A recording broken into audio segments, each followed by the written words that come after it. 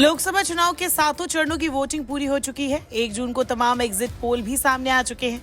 Exit poll के मुताबिक देश में एक बार फिर मोदी सरकार को बहुमत मिलता दिख रहा है। इन एग्जिट पोलों में इसी साल होने वाले कुछ राज्यों जैसे महाराष्ट्र, हरियाणा और झारखंड के विधानसभा चुनावों की दिलचस्प तस्वीर नजर आ रही है। इन राज्यों में बीजेपी या एनडीए अब भी नंबर 1 है, और वो भी ऐसी स्थिति में जब हरियाणा के जाटों में गुस्सा है। झारखंड में हेमंत सोरेन की गिरफ्तारी के बाद लोगों में उन्हें लेकर सहानुभूति है। महाराष्ट्र में विरासत की लड़ाई शिवसेना और एनसीपी के लिए जारी है।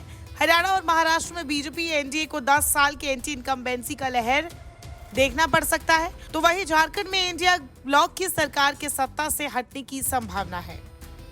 हालांकि विधानसभा चुनाव में स्थानीय मुद्दे छाए रहते हैं, जबकि राष्ट्रीय चुनावों में प्रधानमंत्री नरेंद्र मोदी के नाम पर मिलने वाला फायदा भी इन चुनावों में काफी कम हो जाता है। ऐसे में चलिए एक बार हर राज्य की परिस्थिति देखते हैं। महाराष्ट्र। एक्सिस माई इंडिया के एग्जिट पोल में महाराष्ट्र में एनडीए को 30 और इंडिया ब्लॉक को 18 सीटें मिलने का अनुमान है। शिवसेना और एनसीपी के 2 गुटों के कारण एनडीए को कम से कम 11 सीटों का नुकसान उठाना पड़ सकता है, जहां बीजेपी को 21 और शिवसेना शिंदे गुट को 9 सीटें मिलने की उम्मीद है। वह उद्धव ठाकरे वाली शिवसेना को 10 सीटें मिल सकती है। कांग्रेस और एनसीपी यानी कि शरद पवार गुट को 4-4 सीटों पर जीत मिल सकती है। इससे इंडिया ब्लॉक में टेंशन भी बढ़ सकता है, क्योंकि एनसीपी और कांग्रेस के वोट तो उद्धव ठाकरे की पार्टी को मिल रहे हैं, लेकिन ठाकरे गुट के वोट एनसीपी कांग्रेस को ट्रांसफर नहीं हो रहे हैं। शिवसेना उद्धव गुट का प्रदर्शन पिछली बार से काफी बेहतर रहा है, क्योंकि एनसीपी और कांग्रेस को मिलने वाले अल्पसंख्यक वोट उसकी तरफ ट्रांसफर हुए हैं। जबकि 2019 के विधानसभा चुनाव में शिवसेना को 8% और बीजेपी को 2% वोट शेयर का नुकसान हुआ था। इस बीच एनसीपी कांग्रेस गठबंधन ने अपना वोट शेयर बरकरार रखा। यही ट्रेंड अगर विधानसभा के चुनावों में देखा तो एमवीए गठबंधन को भले ही जीत मिल जाए, लेकिन शरद पवार की एनसीपी और कांग्रेस का वोट जरूर कट सकता है।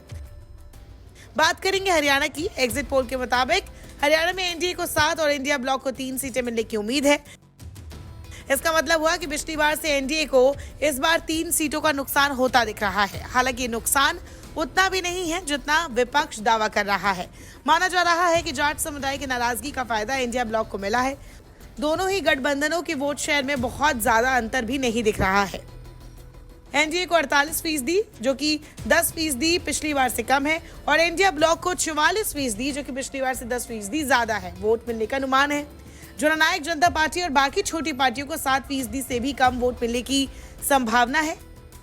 उम्मीद है कि कांग्रेस एंटी बीजेपी वोटों को एकजुट करने और जाट वोटरों को अपनी ओर खींचने में कामयाब होगी। 2019 के विधानसभा चुनाव में बीजेपी को लोकसभा चुनाव की तुलना में 22% वोट कम मिले थे।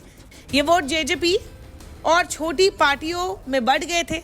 इस कारण बीजेपी को बहुमत नहीं मिल सका था और चुनाव बाद उसने जेजेपी के साथ सरकार बनाई थी। इस बार ये मोमेंटम कांग्रेस के साथ दिखाई दे रहा है। विधानसभा चुनाव में मोदी फैक्टर के काम ना कर पाने के कारण बीजेपी को और नुकसान होने की संभावना है।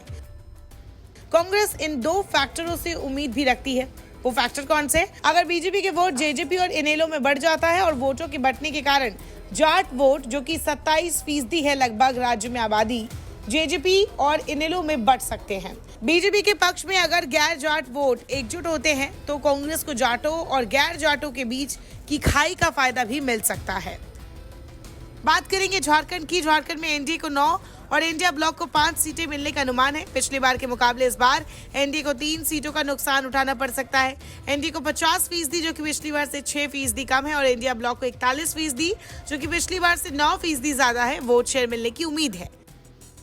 इसकी वजह हेमंत सोरेन की गिरफ्तारी के बाद उनके प्रति सहानुभूति, बीजेपी के कई मौजूदा सांसदों के प्रति एंटी इनकम्बेंसी लहर और इंडिया ब्लॉक यानी कि झारखंड मुक्ति मोर्चा और कांग्रेस के पक्ष में अनुसूचित जनजाति के वोटों, जो कि 26% है, का एकजुट होना।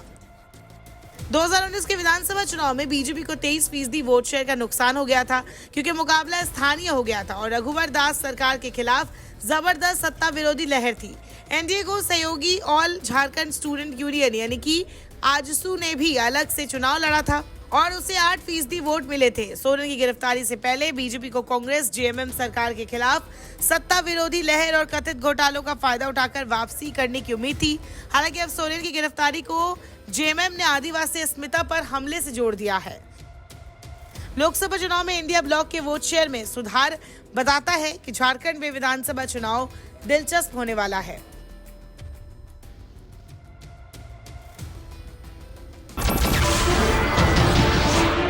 नमस्कार, मैं हूं मानक गुप्ता।